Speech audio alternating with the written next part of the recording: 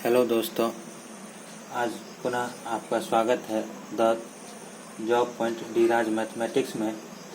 आज आपको हम 10वीं क्लास का अध्याय 3 दो चर वाले रैखिक समीकरण युग्म के बारे में बताने जा रहे हैं। दो चर वाले रैखिक समीकरण पढ़ने से पहले कुछ इसका बेसिक चीज़ हम जान लेते हैं। उसके बाद आपको यह अध्याय में जो भी है उसके बारे में हम आपको बताएंगे। सबसे पहले आप यह समझिए, चर का मतलब होता है कि वैसी राशि जिसका मान हमेशा बदलते रहता है, जिसको हम लोग एक्स, वाई, जेड, ए, बी यानी कि अल्फ़ाबेटिकल ए जितने भी हैं सभी से सूचित करते हैं। लेकिन ज़्यादातर आपको X, Y, Z, T, P मिलेगा चर के रूप में। और हम मानकर भी चलते हैं एक्स, वाई सबसे अधिक चर के रूप में रहता है किताब में। तो दो चर का मतलब होता है दो चर होना चाहिए। रैखिक का मतलब होता है जिस चर का घात एक हो, जिस चर का घात एक होगा उसको हम रैखिक कहेंगे। और समीकरण का मतलब होता है कि जो कोई भी बहुपद जो शून्य के बराबर हो जाए उसको हम समीकरण कहते हैं। तो इसमें आपका है दो चर वाला रैखिक समीकरण। एक उदाहरण देकर हम आपको बताते हैं। एग्जाम्पल में लीजिए, जैसे कि आपको लिखा रहे 2x + 3y = 7। इसका मतलब है कि इसमें x और y दो चर है। इसका पूर्णांक यानी घात जो है एक है, y का भी घात एक है। यह दो चर वाले रैखिक समीकरण होते हैं। इसको आप इस तरह भी लिख सकते हैं 2x + 3y - 7 = 0, यानी कि इधर कर लिया हम इसको। तो इस तरह से हम इसको दो चर वाला रैखिक समीकरण कहते हैं। अब आप ये समझिए कि दो चर वाला रैखिक समीकरण का व्यापक रूप क्या होता है। यानी कि कह सकते हैं आप व्यापक रूप में दो चर है समीकरण का युग्म मतलब होता है जोड़ा। तो इसमें जब भी पढ़िएगा तो दो समीकरण आपके पास सामने रहेगा। तो इसका व्यापक रूप हम आपको लिखते हैं कि दो चर वाले रैखिक समीकरण का व्यापक रूप। तो मान लीजिए पहला होगा a1x + b1y + c1 = 0। यह पहला समीकरण होगा व्यापक रूप में। इसको कहते हैं व्यापक रूप, यानी जहाँ x, y क्या है, चर है। x, y चर है, क्या है, चर है। x, y क्या है, चर है। और a, b, c, यहाँ a1, b1 और c1 जो है वह सभी वास्तविक संख्या है। क्या है, वास्तविक संख्या है, सभी वास्तविक संख्या। उसी तरह हम दूसरा अगर समीकरण लिखेंगे तो a2x + b2y + c2 = 0। इसमें भी वही बात, x, y क्या है, चर है, x, y चर होगा और a2, b2 और c2 वास्तविक संख्या होगी। तो इस तरह से हमने व्यापक रूप भी देख लिया और दो चर वाला रैखिक समीकरण भी हमने समझ लिया। यानी कि जिसमें दो चर होगा उसको हम दो चर वाला रैखिक समीकरण कहेंगे। और चर का घात कितना होना चाहिए, एक होना चाहिए। तो इस तरह से हम इस जो दो चर वाला रैखिक समीकरण है इसको कहते हैं दो रैखिक समीकरण जो आपके सामने है। इसी से इसमें आपको सवाल बनाना है और आपका इसको याद रखना है a1, यानी कि a1 का मान निकालना होगा, कभी b1 का मान निकालना, c1। इससे तुलना हम कर लेंगे, उसके बाद हमारा निकल जाएगा मान। तो चलिए पहले हम सबसे पहले आपको बताते हैं कि इसमें कौन कौन चीज़ आपको पढ़नी है। तो इसमें सबसे पहला चीज़ है कि दो रैखिक समीकरण युग्म आपके पास दिया हुआ रहेगा।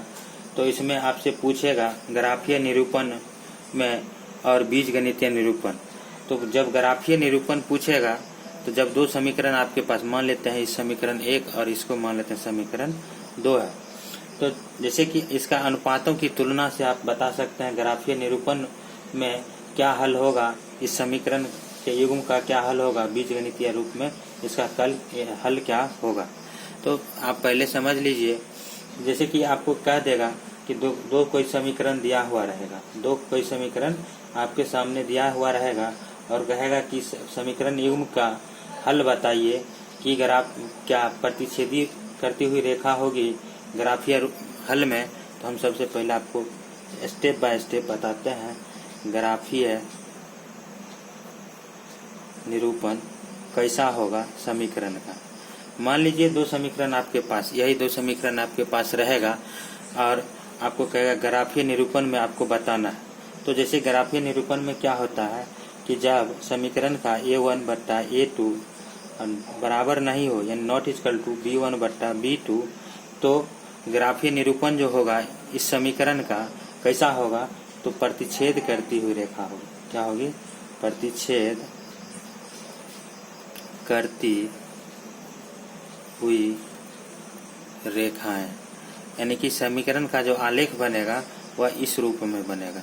समीकरण का आलेख बनेगा आपको इस रूप में, यानी कि मान लीजिए समीकरण 1 का आलेख यह हो गया, समीकरण 2 का आलेख यह हो गया। तो इस तरह से आपका ग्राफ जब बनाइएगा कार्तीय तल पर तो इस तरह से होगा। तो जब आप याद रखिए a1 बट्टा a2 not equal to b1 बट्टा b2, तो उसका हल जो होगा प्रतिच्छेद करती हुई रेखा होगी। उसी में जब तीनों बराबर हो जाए, तीनों का मतलब होता है जब a1 बट्टा a2 बराबर b1 बट्टा b2 बराबर c1 बट्टा c2, तो यह जो होगी, जब ऐसा कंडीशन आएगा तो इसमें कहते हैं कि अपरिमित रूप से अनेक हल, यानी कि अपरिमित रूप से अनेक हल, या कहते हैं ग्राफीय निरूपण में समपाती रेखाएं होगी। ग्राफीय में समपाती रेखाएं, यानी कि एक रेखा पर दूसरा रेखा आपका कार्तीय तल में निरूपण होगा। उसी तरह आप देख लीजिए तीसरा में क्या होता है, a1 बट्टा a2 बराबर b1 बट्टा b2 और नॉट इक्वल टू c1 बट्टा c2, तो इसका ग्राफीय निरूपण जो आलेख जब खींचेगा तो समांतर होगी। एक L रेखा हो गई, एक M रेखा हो गई, जो समांतर होगी। दोनों के बीच हमेशा दूरी समान होगी, या हमेशा क्या होगी, दूरी समान होगी। तो इस ग्राफीय निरूपण में जब ऐसा कंडीशन आएगा तो आप बता सकते हैं कि इसका हल क्या होगा। तो जब ऐसा आएगा कंडीशन तो यह बताइए प्रतिच्छेद करती हुई रेखा होगी, जब सब बराबर होगी तो समपाती रेखा होगी, एक दूसरे पर चढ़ा हुआ, और तीसरा होगा तो समांतर होगी। इस तरह से आपने समझा कि किस प्रकार होगा। इसी में आप आगे चलिए कि इसको हम बताते हैं, इसी में बता देते हैं आपको यहाँ बीजगणितीय हल क्या होगा। जब इस कंडीशन में आ जाए समीकरण का मान, तो आप कह सकते हैं बीजगणितीय निरूपण में अद्वितीय हल होगा। अद्वितीय हल या केवल एक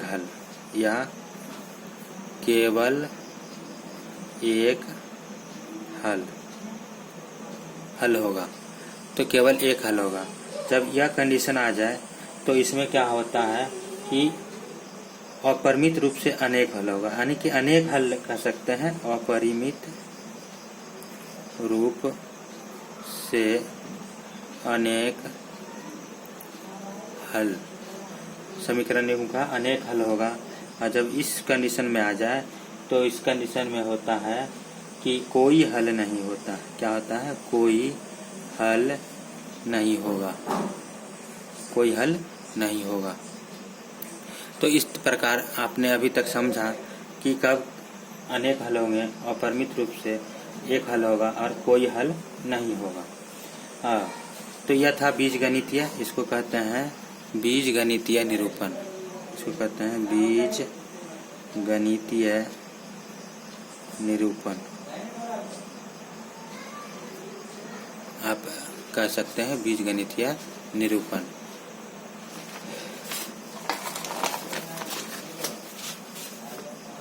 आपसे क्वेश्चन पूछेगा कि आप बताइए कि इस समीकरण 2 दे देगा और कहेगा आपको कि बताइए कि कब संगत होगा, कब असंगत होगा।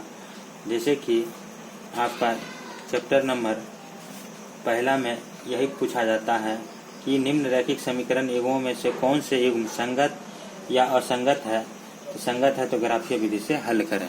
इस प्रकार से पहला क्वेश्चन आपसे पूछा जाएगा। तो आपको पहले बता देते हैं बेसिक चीज कि संगत कब होते हैं और असंगत कब होते हैं। देखिए, जब समीकरण युग्म का हल a1/a2 not equal to b1/b2 होगा तो इसका हल संगत होगा। क्या होगा? संगत होगा। और जब a1/a2 बराबर b1/b2 बराबर c1/c2 तो भी हल क्या होगा? संगत ही होगा। क्या होगा? संगत ही होगा। और जब a1/a2 बराबर b1/b2 और नॉट इक्वल टू c1/c2 तो हल क्या होगा? असंगत होगा। असंगत होगा। तो इस प्रकार आप बता सकते हैं। तो इसका एक एग्जाम्पल हम ले लेते हैं। एग्जाम्पल के तौर पर आप ले लीजिए x + y बराबर 5 और 2x + 5y बराबर 16। तो यह दो समीकरण युग्म है आपके पास और आपको बताना है कि कैसा हल होगा। तो हम इसको क्या करते हैं, समीकरण 1 इसको समीकरण 2 मान लेते हैं और समीकरण 1 की तुलना यहाँ लिखते हैं। समीकरण 1 की तुलना a1x + b1y + c1 बराबर 0 तथा समीकरण 2